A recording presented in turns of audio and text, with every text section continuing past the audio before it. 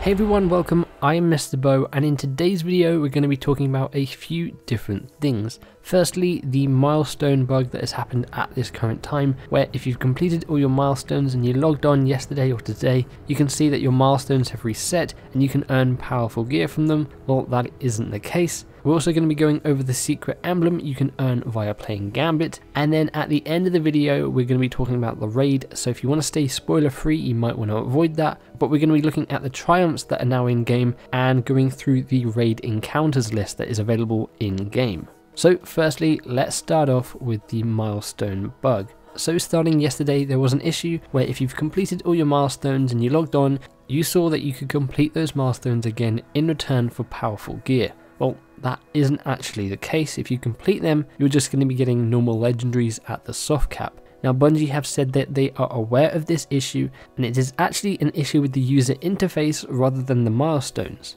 You can still earn your normal powerful rewards, but you can only earn them once per week, so if you've already done them, that's it. They are planning to fix this fairly soon, but I thought I'd put this out there in my videos just in case some of you had missed this. Don't redo all those milestones again because you're not going to get any powerful gear.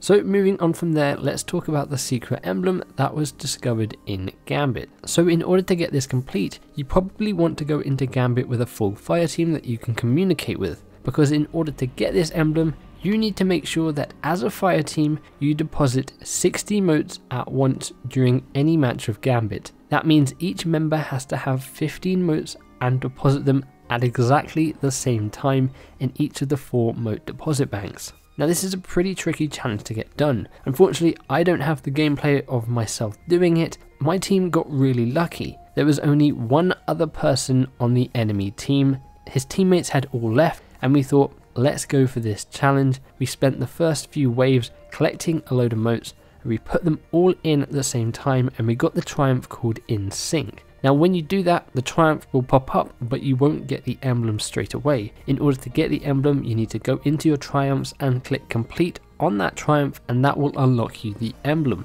Now that emblem is called Dance the Demons Away, and it tracks the lifetime motes you've banked in Gambit. For me, I'm sitting at 991.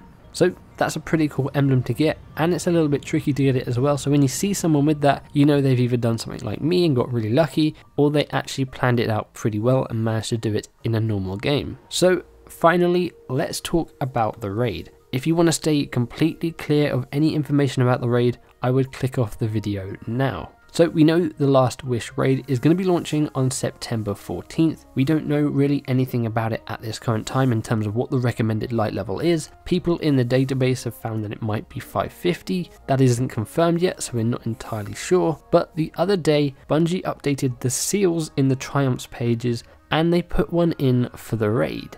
And there's a lot of information here to do with the raid that gives us an idea of maybe how this will play out, as well as a list of all of the encounters, so we're going to be going over that now. So firstly, let's take a look at the encounters. Now it seems that this raid is going to have 6 encounters. Firstly, Kali. We then have Shuro Chi. After that there's Morgeth the Spire Keeper. You then have Infiltrate the Vault. Then after that you have Defeat the Riven of 1,000 Voices, and finally the Last Wish raid completed. Now I assume the Last Wish raid completed is basically completing the last boss, but it might be that the Riven of 1,000 Voices is indeed the final boss and there's only 5 encounters. We don't know at this current time, but there's a lot of interesting things there. It seems like there's going to be a few bosses and then maybe some sort of puzzle or some sort of challenge we're going to have to complete by infiltrating the vault, and then finally defeating a few more bosses. Now also in these triumphs there's a lot of other interesting things. We have Complete the Summoning Ritual Challenge. Now we don't know if these are like the challenges we've seen in raids before, or if these are something new in the raid, but there are a few different triumphs that require you to complete different challenges. We have the Strength of Memory Challenge, we have the Keep Out Challenge, and we have the Forever Fight Challenge.